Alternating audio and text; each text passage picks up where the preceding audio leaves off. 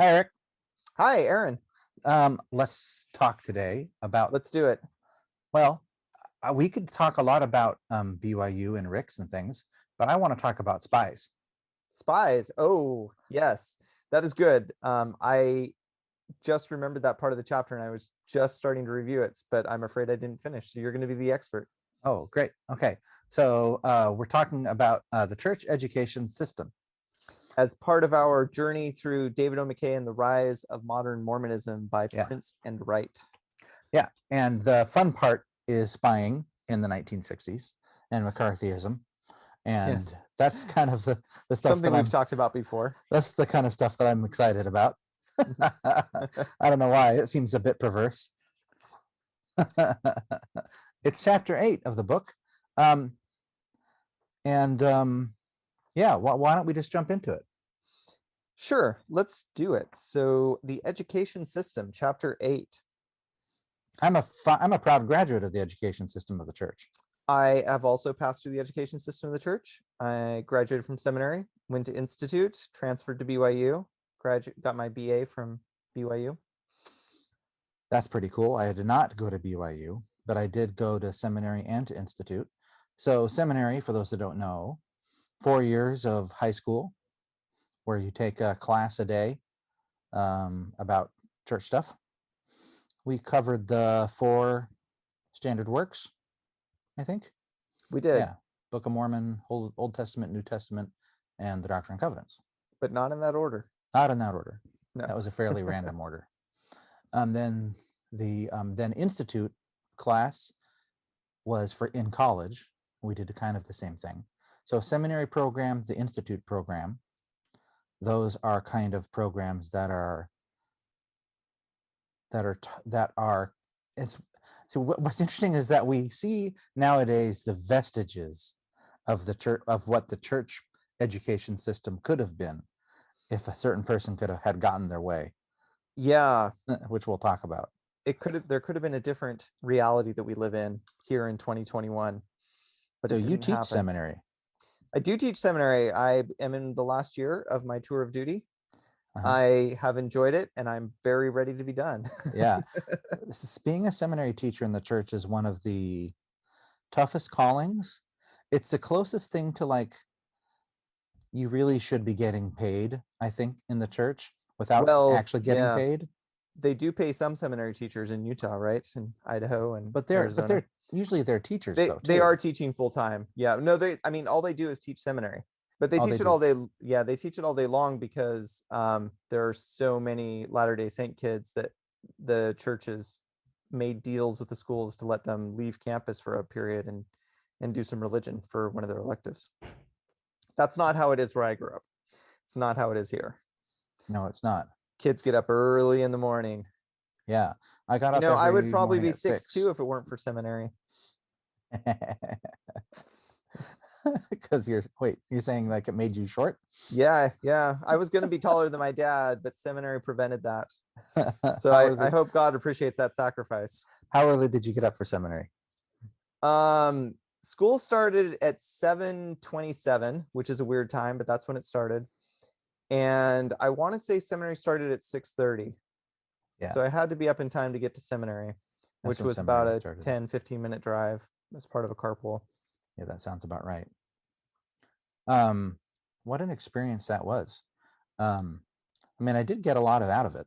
Like, I do know the scriptures like a lot better than I would have if I hadn't gone through seminary.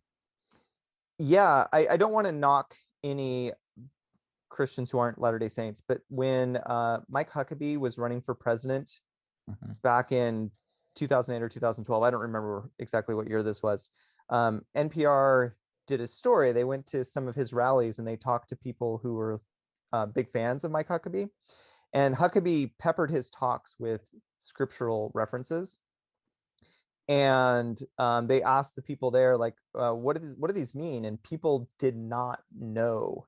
They did not know where the stories came from, but they finally found one person who knew all the stories, and that was a Mormon. It wasn't one of his evangelical fans. It was a Mormon person. So yeah, go Mormons. Seminary works. Yeah. So, Ernest, okay, where do you want to start? Well, I want to start by reading a quotation from David O. McKay. I believe this was before he became the president of the church. I should look it up real fast. Let me do that real fast. I want to say, and I'm going to put this on the internet. My very first day of seminary, my freshman year, I was I was nervous, right? And I dumped orange juice in my lap.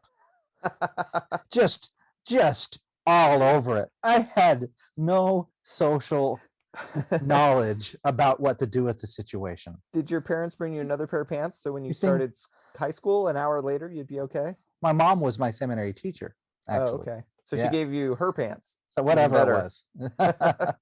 And man, that's how I started my seminary career, covered in orange juice. Nice.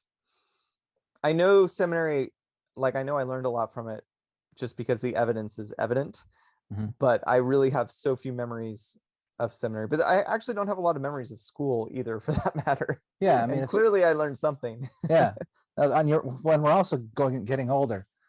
There is that, I suppose. Okay. Anyway, so I was wrong. This is 1958. He is president of the church.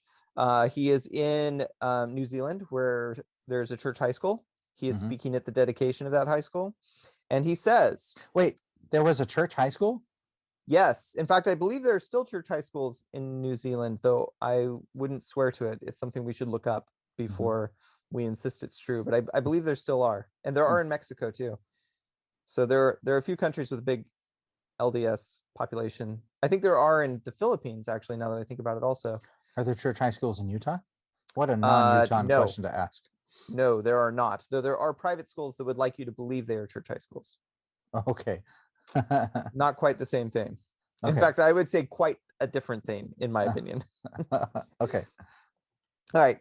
David O. McKay says, members of the church are admonished to acquire learning by study, also by faith and prayer, and to seek after everything that is virtuous, lovely, or of good report or praiseworthy. In this seeking after truth, they are not confined to the narrow limits of dogma or creed, but are free to launch into the realm of the infinite, for they know that truth is truth where'er it is found, whether on Christian or on heathen ground. That could be the motto of Face and Hat right there. That's great. I love this quote when I read it. Truth is truth. Yeah. It's interesting, the where'er. I mean, where'er thou art, act well thy part. Isn't that a McKay thing? It is. Yeah, it's something he saw on, I think it was a church anyway, in Ireland, on some wall. No, Scotland. It's clear that he's quoting something here at the end where it says truth is truth where it is found, whether on Christian or on heathen ground. I have not tried Googling it, but I suppose if I did, I'd find out who he was quoting at the last part of that quotation of him. Well, I think we're professionals. We can Google it right now. Okay. Orson Whitney. Orson Whitney. Oh my gosh. Orson Whitney. No, wait, maybe not. No. Oh, no. Maybe. Orson Whitney makes total sense. So Orson Whitney is a prophet, or not a prophet. He's a poet who, as you know, like poets, prophets, near equivalence in my cosmology, according to earlier episodes of Face and Hat. But he's a Latter-day Saint poet. I want to say he was a 70 or something, though I'm not bothering to look it up. Well, it seems like even he is quoting it. This is a talk from 1988. Okay. Oh no, that's not Orson Whitney then. Sorry, 1888. Okay, that would be Orson Whitney. Yeah. And it looks like he's quoting it. Yeah, so maybe it's a hymn or something. Can you read me the Orson Whitney? But it is not my present purpose to pursue the subject to which this train of thought would naturally lead.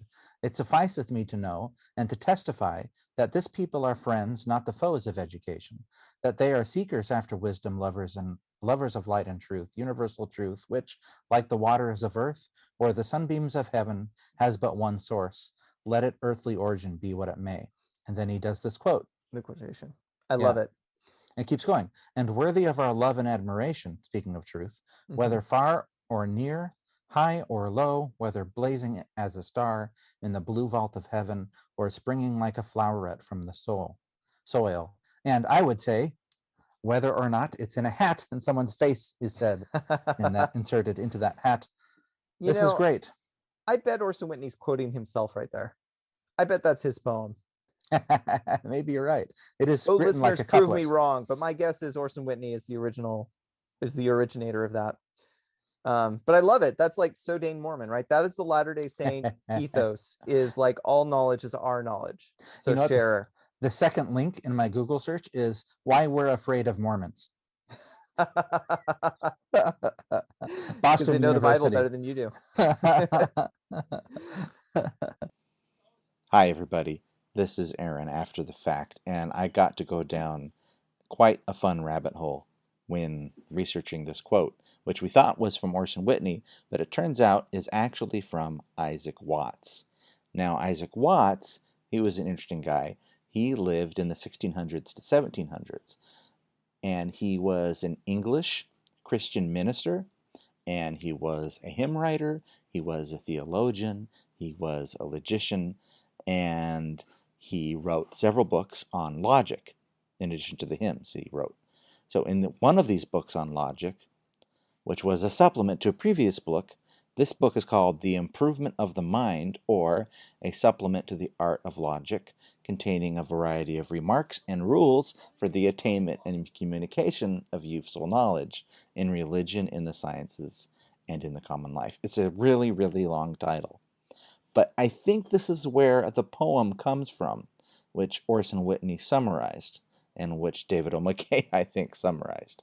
And here's the full poem. Seize upon truth where'er 'tis found, among your friends, among your foes, on Christian or on heathen ground. The flower's divine where it grows. Neglect the prickles and assume the rose. And it's just a lovely poem. I think this is the first place it is.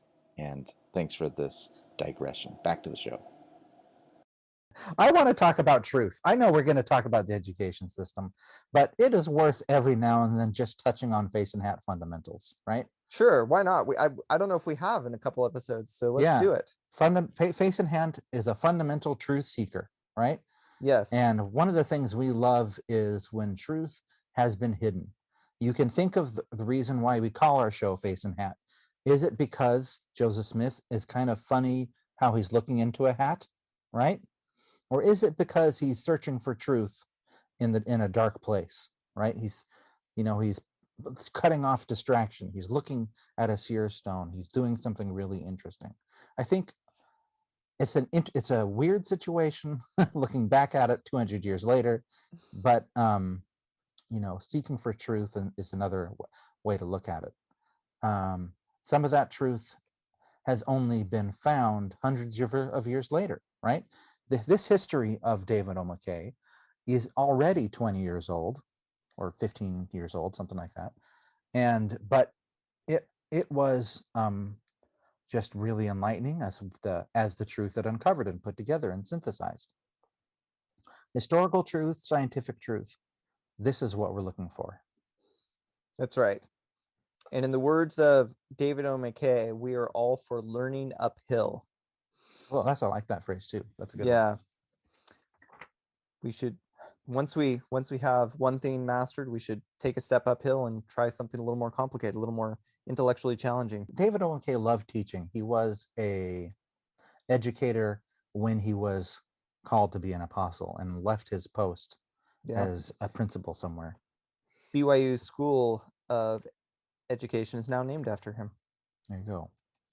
And he loved BYU. BYU got big during David O. McKay's time. BYU did get big. Yeah. It grew and it grew. Right around the same time that David O. McKay became the prophet, Ernest Wilkinson became the president of BYU, and was in that position more or less the entire time President McKay was President McKay.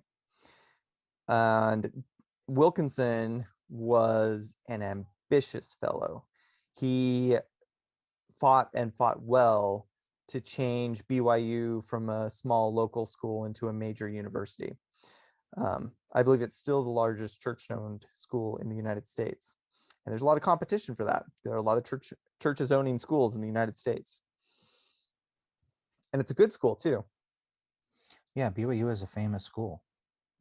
And wasn't when he took over, right? I mean, it was a small school. Yeah, it was a Built local lots school. of buildings, expanded its scope, hired lots of people. and essentially like quadrupled or something. It's something like that. Yeah, I forget the exact number, but how do you think going to school at BYU is different than going to school at Berkeley? well, I didn't go to Berkeley. I wanted to go to Berkeley, but when I was ready to, so actually, can I share a little bit of personal story here? Sure. So I didn't know when I was a senior in high school, nobody told me that there were deadlines for applying to universities. So I missed all those deadlines. I had no idea. Nobody told me. First in my family, not a great counseling system at Tehachapi High. I had no idea. My friends were applying. I was like, I'll get around to that eventually. I took home a couple brochures from the Career Center, but I never applied. So I went to Bakersfield College. I have no regrets. My gen ed, my sister, who was 2 years younger than me and was second in her class and got so much money to go to Pepperdine, which at the time was the most expensive school in the country. And she spent the same amount I did at community college. And our first 2 years were roughly the same. Like there's no real significant difference between our first 2 years.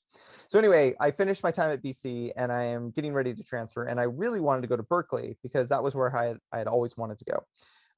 But Berkeley plays the game a little bit differently than the rest of the UCs. And, at least they did. I don't know if they still do. But in 1998, when I was filling out my application, they were not accepting any January transfers. So Berkeley was off the table. So I applied to Santa Barbara instead, UC Santa Barbara, and I got in. And then at the last minute, I just felt like I needed to apply to BYU. So I put together my application. I overnighted it because it was not digital application in those days. And I got it in and I ended up going to BYU instead. Which is funny because I always had a bad attitude about BYU, which I inherited from my father. Because of his weird Utah hangups. But anyway, I went to BYU and it was great. I really liked BYU. I have no regrets about going to BYU.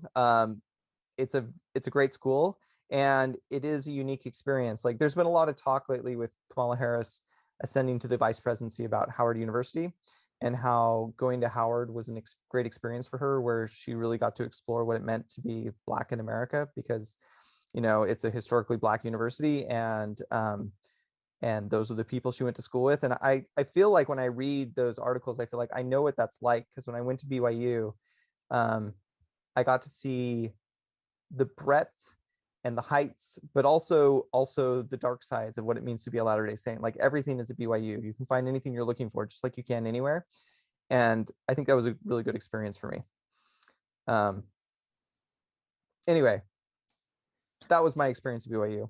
I don't remember. I know this was tangential to what you were going to say, Aaron, but I no longer remember where you were headed. Well, I just wanted to know. That's good, thanks. But I wanted to just hear about what it's like to go to BYU, because I feel like it's very different than going to someplace like Oregon State, where I went to. But yeah, it might be. Do you think it is? I mean, yeah, in some ways it is. Tell me about this magical land.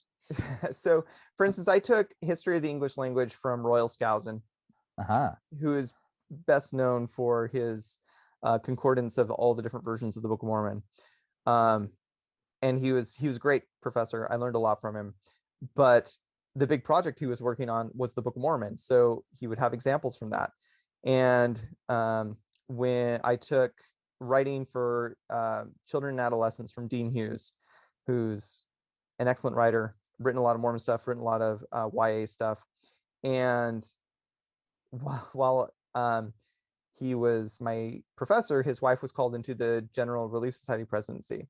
And that wasn't the point of the class or anything, but it was just kind of like everything was always connected to the Latter-day Saint faith. And the way that we talk on this conference, in this podcast, that was a Mormonism right there.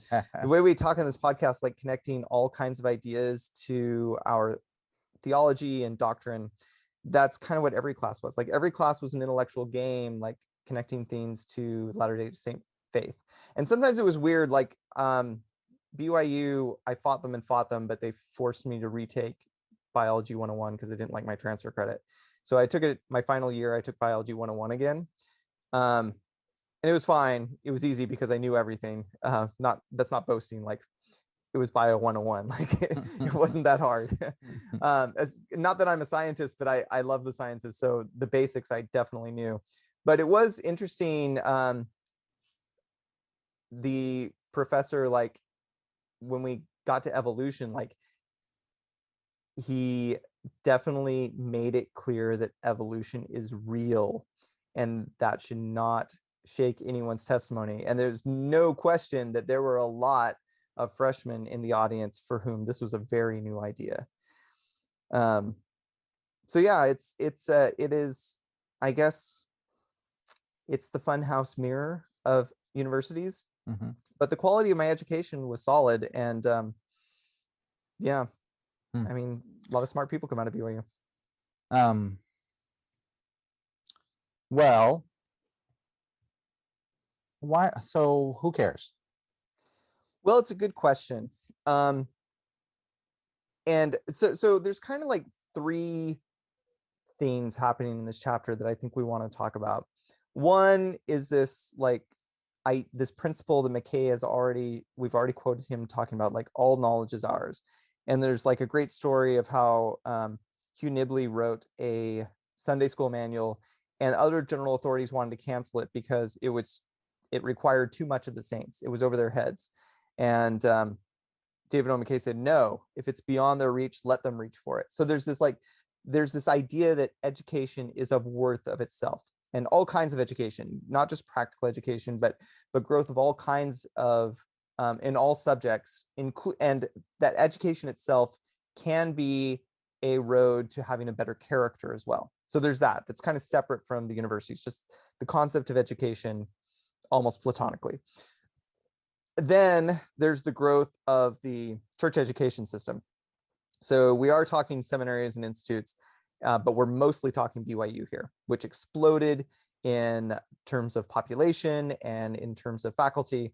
But then we get to the dark side, which is Wilkinson, who becomes the morality police and wants to fire people if he doesn't like the way they pay their tithing, and then gets to a point where he wants to fire people if they're not politically conservative enough, and figures out ways to manipulate church leadership into thinking that that's not what he's that doing. they agree with him, but he's a little slick and sly.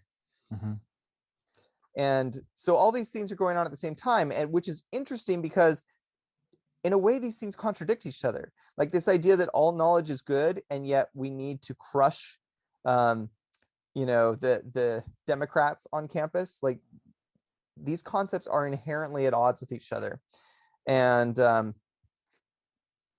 okay, so but let's break this down. So one quick comment I had about character, right? Sure. This was a real focus on the first part of this, that McKay believed that education was not just about science, math, and read and write and arithmetic, right? Yeah. But it was a good school would build character as well, right? Right. Would you say that reflected on your education at BYU? Because I'm not sure it reflected on my, like, I don't think I saw that was a guiding philosophy behind my education in a non-LDS university. Well, there's a cliche at BYU that religion classes are taught by people who are only interested in indoctrinating you and are not necessarily very intellectually grounded. And the rest of the campus is much more interested in the facts of the matter as opposed to playing nice by your conservative small town Utah upbringing. No offense to people with conservative small town Utah upbringings, but there's kind of that like cliche, and you can see it. There is like a tension sometimes. And granted, I graduated more than 20 years. Oh no, not more than 20 years ago, almost 20 years ago, and it may be different. I don't know. It seems like the religion department is going multiple directions at once from afar, but it was true. Like the religion department really felt a need to make you have the most conservatively religious viewpoints possible. Whereas in my English classes, my literature classes, we were very interested in complex ideas. Although English was an interesting one because there were a lot of people who, because it's a big major and because it's it's sort of a default major for a lot of people, we did have problems with people complaining about books, and every syllabus included a thing about like, these are the books. If you don't want to read them, don't complain, just drop the class now. Oh. Because there were people who would complain about such things. And yeah. But it's interesting because I said the word character as when I was asking my question. Yeah. So my answer is, I don't you think kind of talked about conservatives versus Democrats. I did, because I think what happens is people believe that character aligns with their personal values. And so when you have the religion department, which is more directly interested in issues of character and more generally conservative in population, pushing character harder, you get this sense that character is aligned with conservatism. Well, let me read the quote. Yeah, let's hear it. All right. Because I don't believe anything I'm saying, by the way. Okay. The development of character stood ahead of career training as the primary goal of education. Okay. So, quoting McKay, character is the aim of true education, and science, history, and literature are but the means used to accomplish this desired end. Character is not the result of chance, but of continuous right thinking and right acting. True education seeks to make men and women not only good mathematicians, proficient linguists, profound scientists, or brilliant literary lights, but also honest men with virtue, temperance, and brotherly love. It seeks to make men and women who prize truth, justice, wisdom, benevolence, and self-control as the choicest acquisitions of a successful life. I just don't see that in the education that I got. I took classes on science, mathematics, and biology. They did not focus on character, but it was there if you looked for it. So I took a class called Oops, Mistakes in Science. Okay. And it was excellent. And it was all about people who falsified evidence and kind of either, they didn't get away with it because they were in this class. And some of them were like out, like it was just incredible that they did So it. these weren't really oops. These were outright frauds. Yeah, some of them, yeah. And that class was essentially a character lesson, even if they weren't, because it was essentially about ethics. I took an ethics course. I took a course on Latin American studies. I took these courses that really were, you could say character building, but that's not what I really when I think about my education, I think about computer science. Mm-hmm. Right. Do you want to hear a fun fact? Okay. Let's play a guessing game real fast. Oh, Aaron. But I was. Oh, go. You finish first. I thought you were done. Okay. Jump on in. That's what I'm trying to say. That is it different at BYU? Is character a fundamental layer underneath your biology class? I may not be the best person to ask because I was in the humanities, and so we were absolutely talking about these questions anyway. Mm-hmm. Which actually segues back into my fun fact, if you're ready for it now. Okay, fun fact. Would you care to guess, Aaron, what is the most taught work of fiction in American universities? Oh, this is such a great question. A fiction. Yes, the most taught work of fiction in American universities. So, I mean, it's got to be something like obvious, like Grapes of Wrath, or. It's definitely a book you've heard of before. Yeah. Or Lord of the Flies, or something like that. I'll give you a hint. To Kill a Mockingbird. The reason it's the most taught work in American fiction is because more than just literature classes study it. It is a staple in science classes. Okay. I don't know. It's Frankenstein. Oh, okay. And yeah, and I mean, if you see Frankenstein is only about the dangers of science, like you're oversimplifying it. But the reason it's the most taught book is because people recognize that even if you're studying only the sciences, you still need a grounding in, shall we call them, character adjacent studies. And Frankenstein is seen as a path to that. Like you take Frankenstein so you can have some of these questions you were talking about ethics, for instance. And it gives you the opportunity to talk about those things in hopefully a more rich way. Okay. That's awesome. That's a good fun fact. Yeah. And it makes me want to reread Frankenstein. It's pretty good. I'm not actually sure I've ever read it. It's not that long. You could crank it out. Okay. If you So, haven't read it, you're in for a surprise because it is not what you're expecting. all right, excellent. So that's about character. That was kind of the first point we were going to talk about. I wonder. I don't know how. I the whole separation of church and state thing, right? Yeah. It's such a hard problem. I can't imagine being a teacher nowadays, right? And you teach English, right? How I do. much of you do you get to pick the books that you teach? I do. And Yeah, more or less. are you pursuing an insidious agenda as you pick them? Absolutely. My insidious agenda is like keeping myself entertained. So Okay. It's not to raise the character of the people you teach. I don't think that's irrelevant, because there are a lot of things we don't teach that people need. Like we don't really teach number literacy, right? Like the ability to read statistics in the newspaper and understand how people might be misleading you. That isn't really taught in math classes. And we don't really teach civics in a way that when crazy stuff happens in the federal government, you can understand how that fits in terms of, like, say, shall we call them the character of our civilization. And so I absolutely feel that it is my role as an English teacher to do everything. What I like to tell my students is English class is every class, and every class is English class. Like there is nothing outside the purview of English class. I do math, I do science, I do history. Like if it's relevant in any way to what we're talking about, we're going to talk about it. And so I do like a conspiracy unit with my sophomores because I think it's important that they understand how conspiracy thinking works. And just telling people don't fall for conspiracy theories, that doesn't work.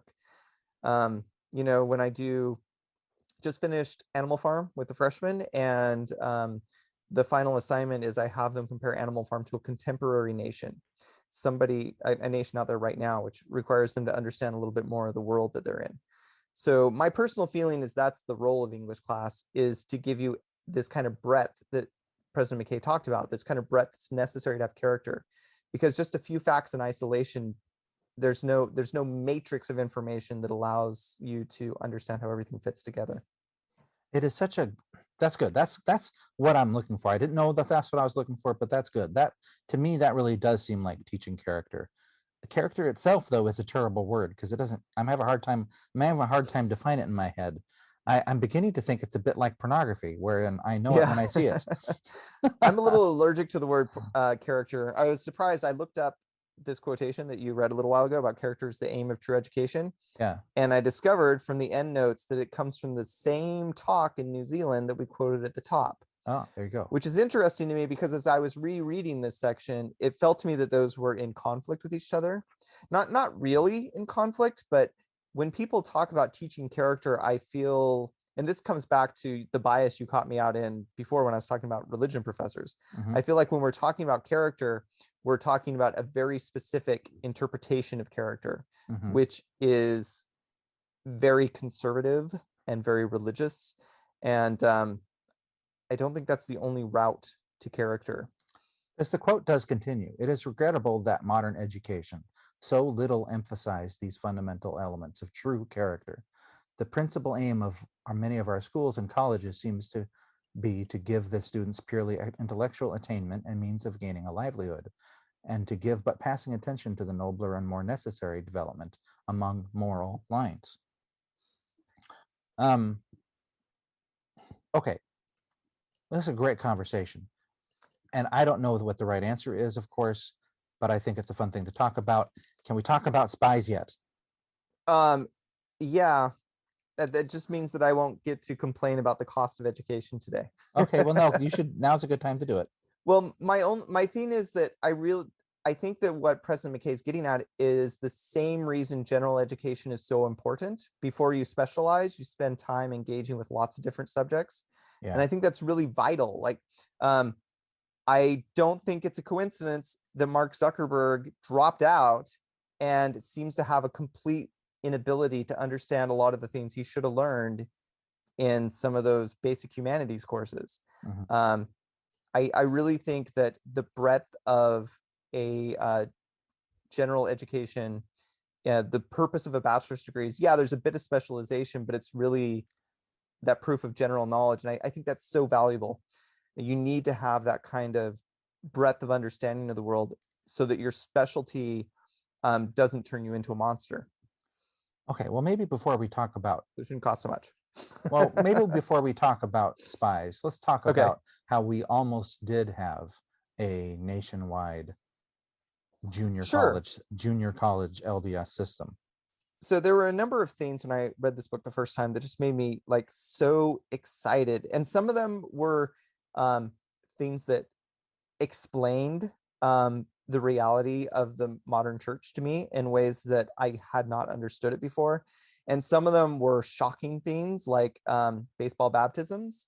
And some of them were things like the junior college system, the proposed junior college system, that would have resulted, in my opinion, in a very different church today than we have.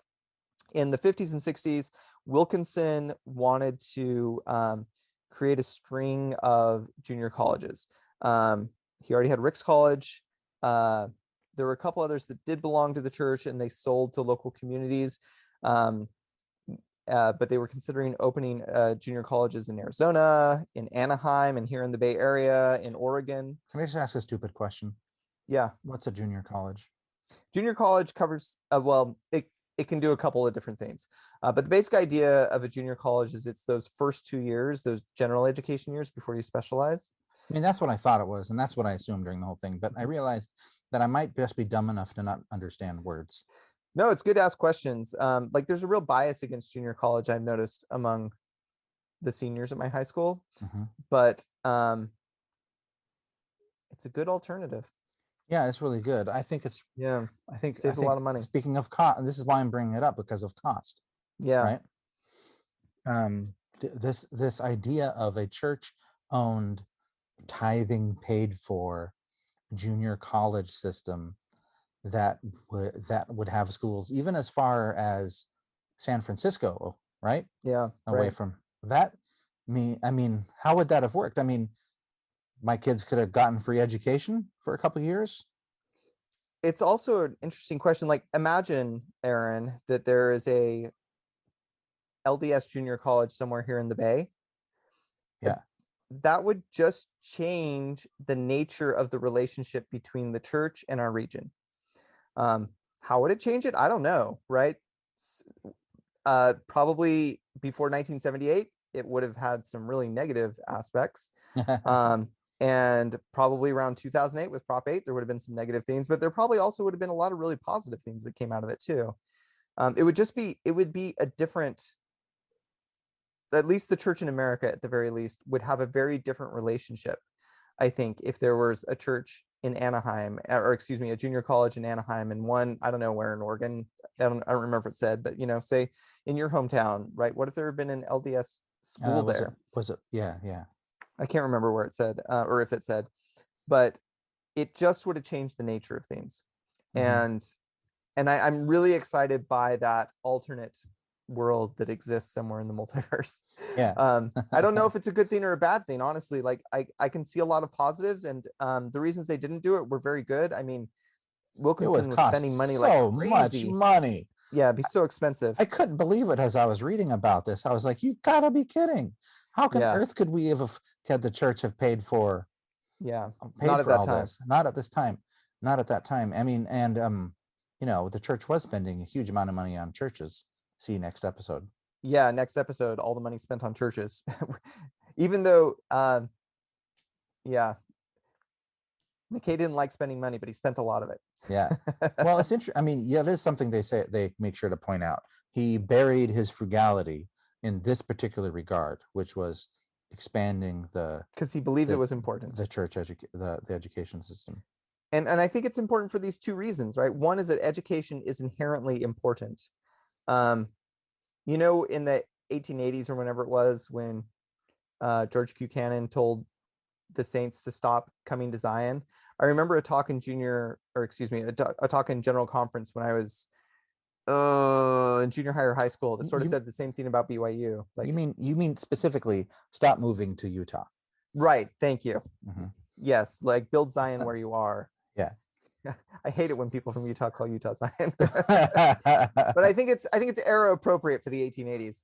Sure. But there was a similar talk when I was a youth about BYU. Like, not everybody needs to come to BYU. We're not going to expand BYU anymore. Like, Yeah, go that to does school sound where you familiar. are.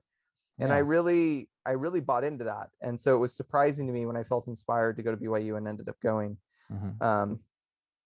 But I mean, so education is important, and we want people to be educated. We want the saints to go to school, and there's a lot of ways in which we support people in that. Like the Perpetual Education Fund is, I don't think that's on the tithing slips anymore, but for a No. while, but that was based on the Perpetual Immigration Fund to connect two dots once again.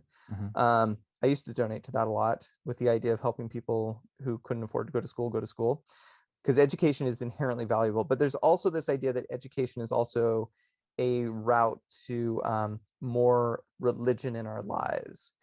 And as a seminary teacher, it's been pointed out to me by various local leaders who also work with youth that for kids who come to seminary, I see them more than anybody else. Like, I have more than anybody else from church. I have the most interaction with them. Yeah, first by far, By right? far, yeah. You see him 4 times a week, and Right. then, like, well, during the pandemic, nobody else sees them. Yeah, I guess that's right. they have a They have the few. Wednesday Play Among Us. So Yeah, and then they have something on Sunday. they have Sunday, yeah. But it's true. Like, and I remember my seminary teachers better than I remember my Sunday school teachers. Oh yeah. I only remember one of my Sunday school teachers, but I can tell you who I had each year of high school Mhm. as a seminary teacher. Yeah, good Yeah. teacher will stick with you. Yeah. So yeah, it's fun to imagine what it might have been like. I suppose it's all for the best, but Yeah, there's no way we could have afforded it. yeah, And Wilkinson tried hard, so he he was pretty successfully upset when he got turned down. grew BYU, right? And Yes. he just thought that he could do it with the junior college system. Yeah. He tried, like, and he went, and he was disingenuous on several occasions. Yes. The book is so polite. you know when you're in court and they, at least according to television, you swear to tell the truth, the whole truth, and nothing but the truth. Yeah. He was fine with the truth and nothing but the truth, but not the whole truth. But definitely not the whole truth. Yeah. Anyway, his house of cards came tumbling down, and he was not able to get what he wanted. And yeah.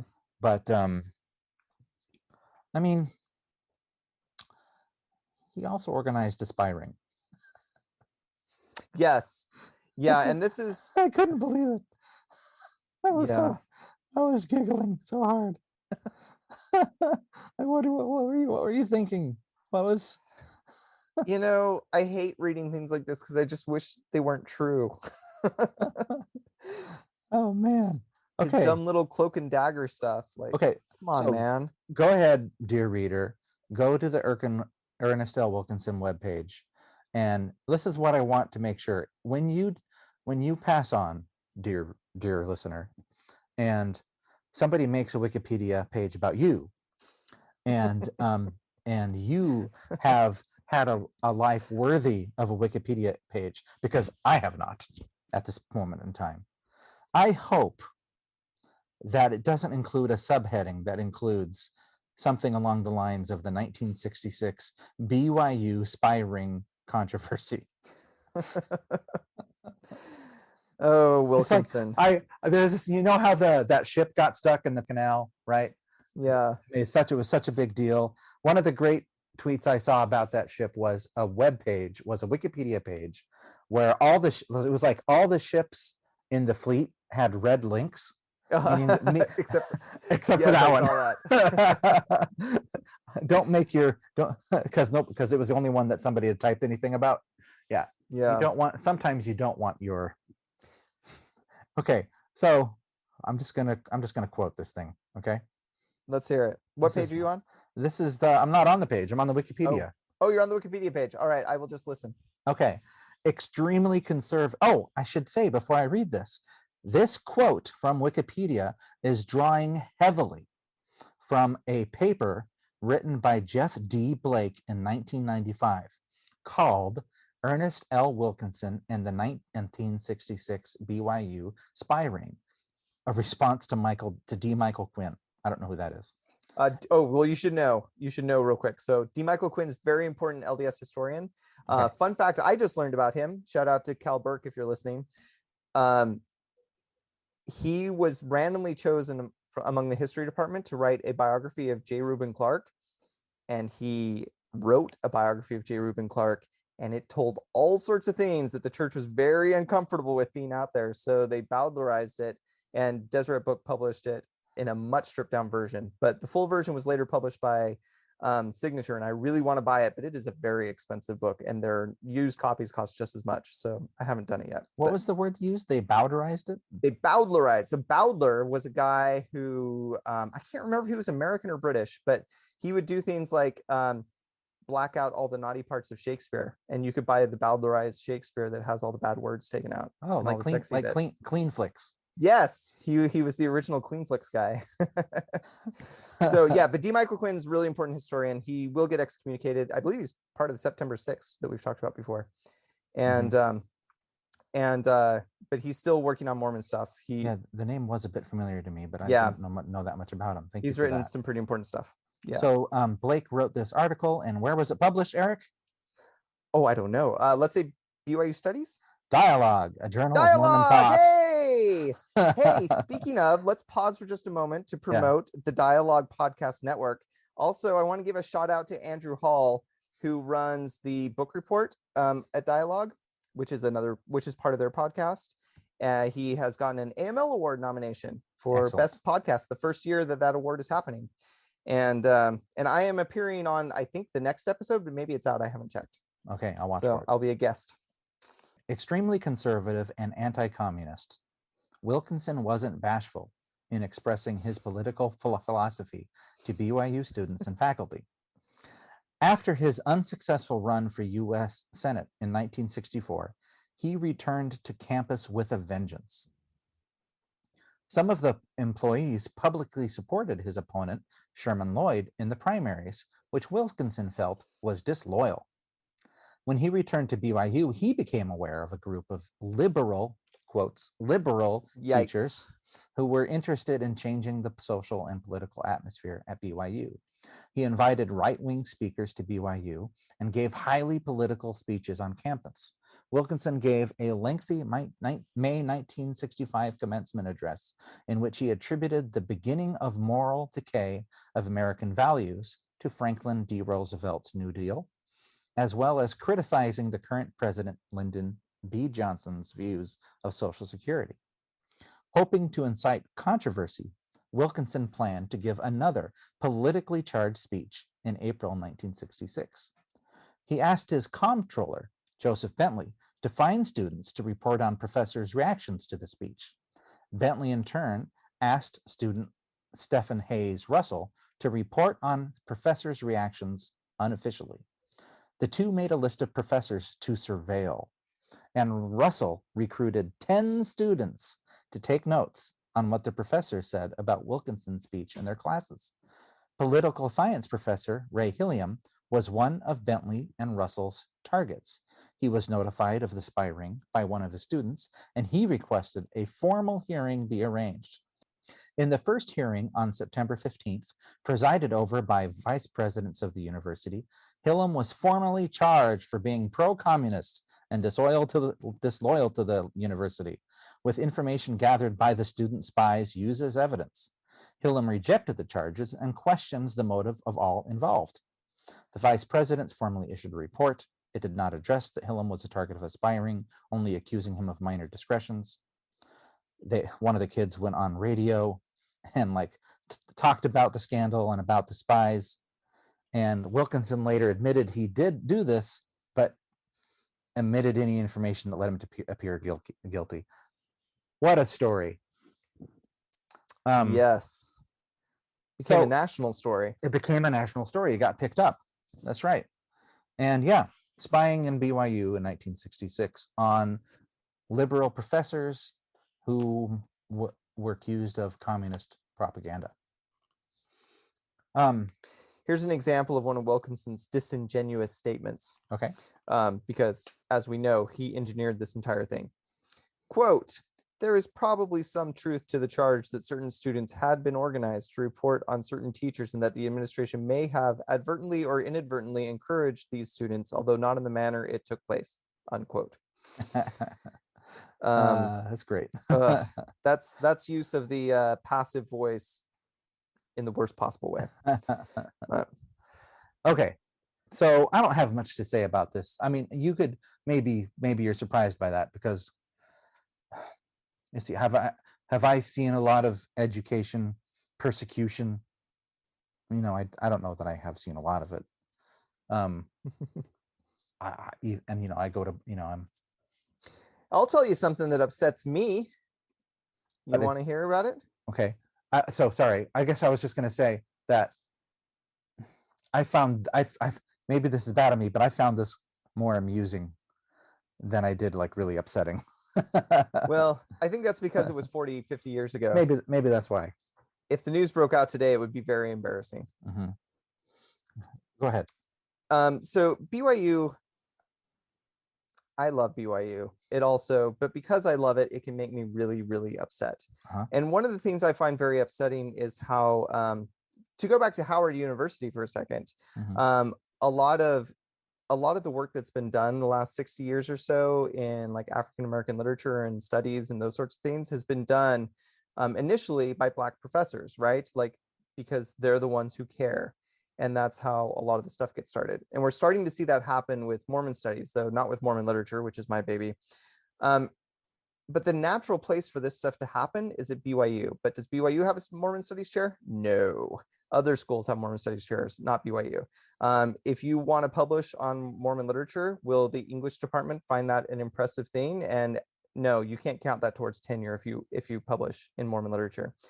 And so I suspect that things like the Wilkinson legacy and the September 6th legacy from the 90s, all this stuff is resulted where parts of BYU are really afraid to really engage with the faith because there doesn't seem to be a way to do it without getting in trouble. And I find that really upsetting. Like this, I mean, what good is the freedom to have a broad education if you can't study yourself? Well, if what you're saying about I mean, yes, this story would have made people afraid to have views, right? And it was costly. Like it cost the college professors who left, right? And it was a big scandal. It was bad for the school's reputation. Right. But if what you're saying is that it's left a kind of a legacy of fear behind it, well, that's not great. I mean, I don't work at BYU, and I was there as a student, and I transferred in as a junior, so I don't feel like I really have the expertise to speak to this. But I will say, in my conversations with people who work at BYU, aspects of the Wilkinson culture still exist among the faculty, and there are people who feel like they don't quite belong, thanks to the just the vibe on campus. And I think that's terrible. Like, I really believe that Zion, and here I'm not talking about Utah, I'm talking about a community of the saints. Zion is a place where people of all types can come together, and that doesn't just mean like racial diversity, but it means like political diversity. So something that the author D. Michael Martindale said, which I think is really wise, is that art is something about which perfect beings can disagree. And I think that's probably true about more things than just art. Over the weekend, I guess this is actually 2 weekends ago now, I read Eugene England's essay suggesting that a lot more Utahns should become Democrats, because ultimately there's wisdom in having a diversity of political opinions. And as Utah becomes more and more homogenous politically that it is not good, and it results in Utah specifically with there being like a Mormon party and a non-Mormon party, which leads to all different kinds of problems. This is a different question for a different time, but I think the same issue is relevant to Brigham Young University. If there's not a diversity of ideas, then it can become difficult to tell the difference between thinking the Book of Mormon is good and thinking tax cuts for the wealthy are good. And since everybody thinks both those things are true and there's such a strong correlation, it becomes natural to feel that they are equally true and equally important. And that's problematic. And I think BYU is actually getting better at this. That's my belief. But I do think it's something that whenever you make a group of people more homogenous, you have to be really careful that you don't knock out the ways in which they're still heterogeneous, if you will. I think it's great. I mean, like you said before, and I just feel like it's worth emphasizing, neither of us are at BYU at present, right? That is correct. You know, you were there when in college, right? Which was what, 40 years ago? Thank you. Yes. Oh my gosh, did you see there was a chart that came out recently. I can't remember where I saw it, but it broke the members of the church down. It was like Mormons who voted for Trump, and it broke us down by 40 and above and people under 40. And so all of a sudden I'm grouped with all the old people now. Oh, that's terrible. You should write them a letter. And we're a bunch of Trump voters. Like I felt dirty. That's great. Okay. Don't organize a spy ring. Let people be liberal and let people be, you know, I guess conservative, I suppose. Yeah, well, I mean, it's just a stand-in for everything, right? There should be a room for a diversity of opinions, and we shouldn't get so hung up on being right, because then the next thing you know, you're like recruiting undergrads to be spies. Eric, what did we celebrate at the beginning of this podcast episode? If I remember correctly, it was a broad education. It was truth. No, truth. Yeah, seeking the truth, wherever it may be. Surely one of them is right. Yeah, it's a nice thought. Next time we're going to talk about building in the church. Yes, we are. Which is the next chapter in the series, and it's called the building. Well, and we'll also talk about the temple building chapter, the church building, and the chapel building, and the temple building chapters. And that's the end of the book, if I'm not mistaken. Chapter 9, the building program, and maybe chapter 11. Maybe that's a separate episode. Yeah, it may be one episode, maybe 2 episodes. Time will tell.